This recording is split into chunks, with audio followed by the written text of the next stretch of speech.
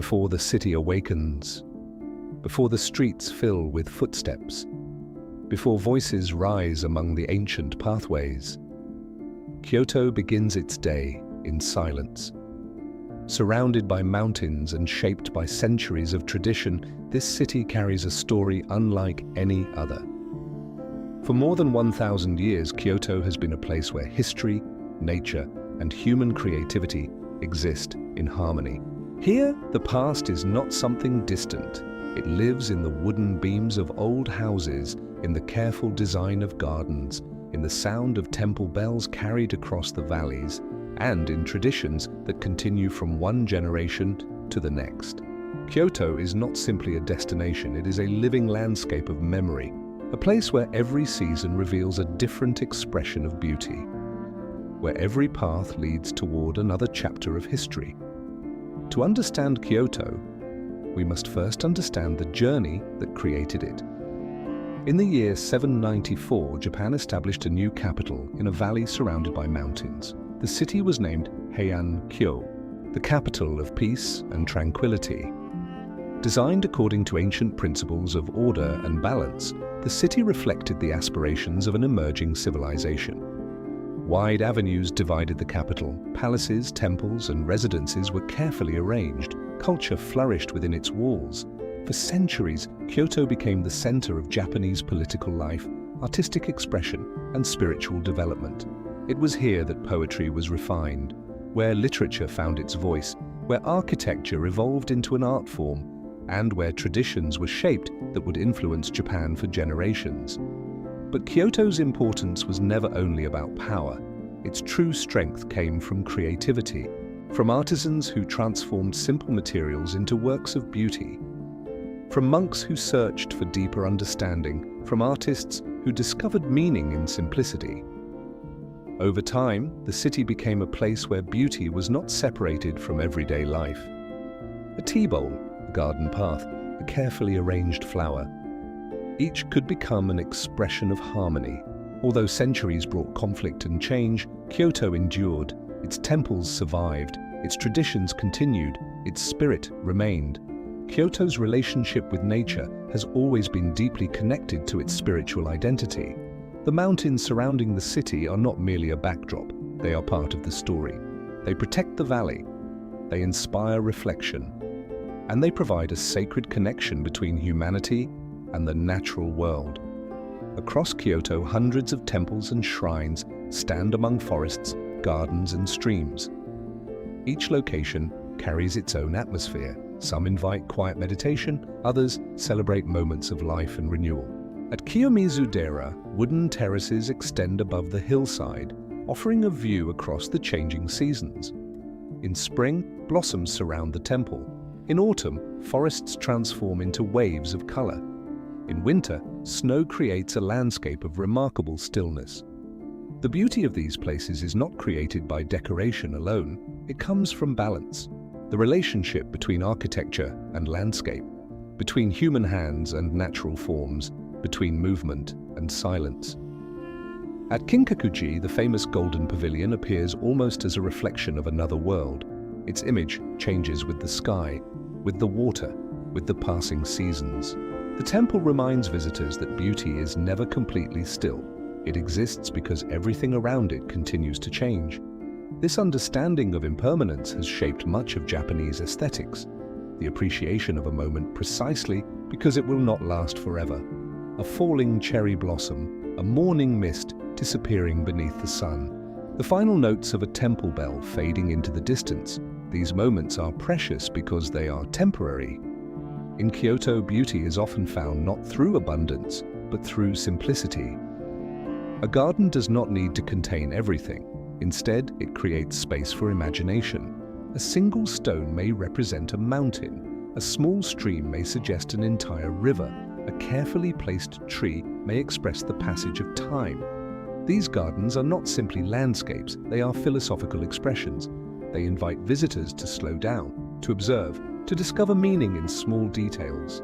Traditional Kyoto architecture follows a similar principle. Natural materials are allowed to reveal their character. Wood shows its grain. Paper allows light to pass through. Rooms open toward gardens, creating a connection between inside and outside.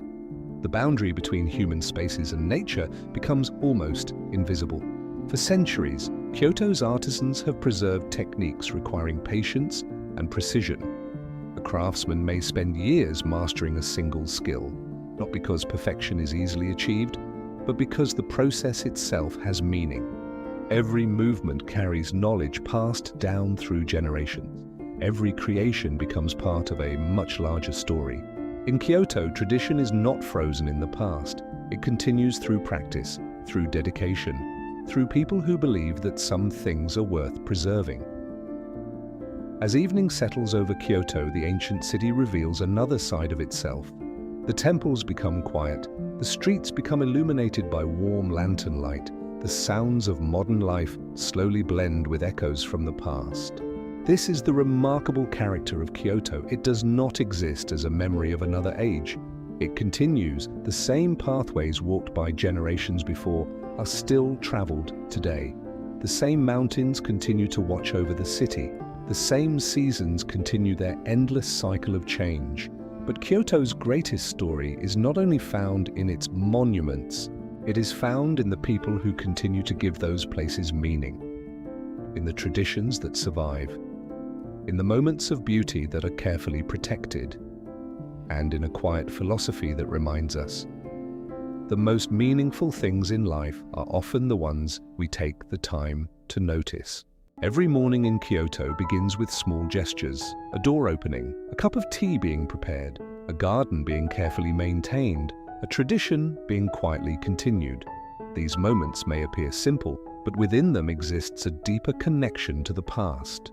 For centuries, Kyoto has preserved a way of life built upon attention. Attention to craftsmanship, attention to nature, attention to the passing of time. In many places, history is something we visit. In Kyoto, history is something people continue to practice. It appears in ordinary moments, in the hands of artisans, in the rituals of hospitality, in the respect shown toward materials, spaces, and traditions. Among Kyoto's most enduring traditions is the art of tea. The tea ceremony is not simply about drinking a beverage. It is an expression of harmony, respect, purity, and calm. Every movement has purpose. The preparation of the room, the arrangement of objects, the careful preparation of the tea itself.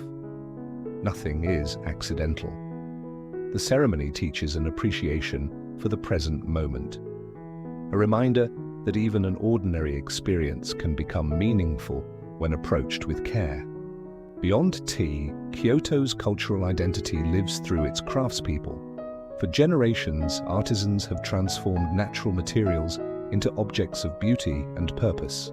Wood becomes architecture. Silk becomes intricate patterns.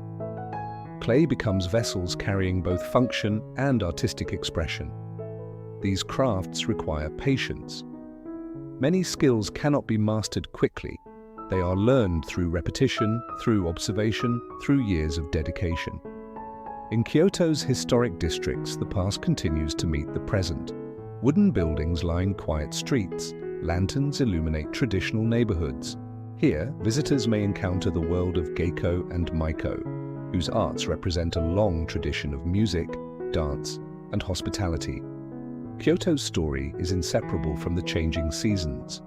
In spring, cherry blossoms create one of Kyoto's most celebrated landscapes. Summer brings a different energy. Rain nourishes gardens and forests. Traditional festivals fill the streets with music and celebration. Autumn may be Kyoto's most dramatic season. The forests surrounding the city become landscapes of deep red, orange, and gold. Winter reveals Kyoto's quietest personality. Snow settles upon rooftops and gardens.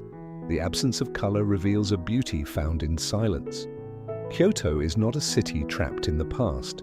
It is a modern city where tradition and innovation exist together. Today, a new generation continues Kyoto's legacy. The spirit comes from maintaining a connection between past and future.